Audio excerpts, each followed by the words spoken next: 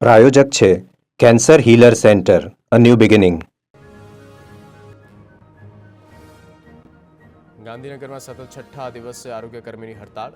મુખ્ય બે માંગને લઈ આરોગ્ય કર્મચારી હડતાળ પર. વારંવાર લેવાતી ખાતાકીય પરીક્ષા રદ કરવાની માંગ. કર્મચારીઓને ટેકનિકલ ગણવાની પણ માંગ કરાઈ. અહેવાલ આપ્યો છતાં ઠરાવ ન થતા કર્મચારીઓમાં રોષ.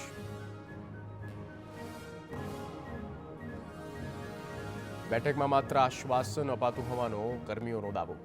ઠરાવ બાદ જ સમાધાન કરવા કર્મચારીઓ અડગ. માંગ પૂરી નહીં થાય ત્યાં સુધી હડતાળ ચાલુ રાખવાની ચીમકી.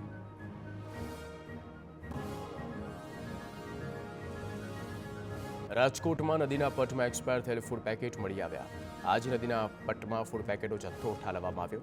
2000થી વધુ એક્સપાયર ફૂડ પેકેટ નદીમાં ઠાલવવામાં આવ્યા. એક્સપાયર ફૂડ પેકેટ નદીમાં મળતા તંત્રની કામગીરી સામે સવાલ. તંત્રની બેદરકારી સામે સ્થાનિકોમાં રોષ.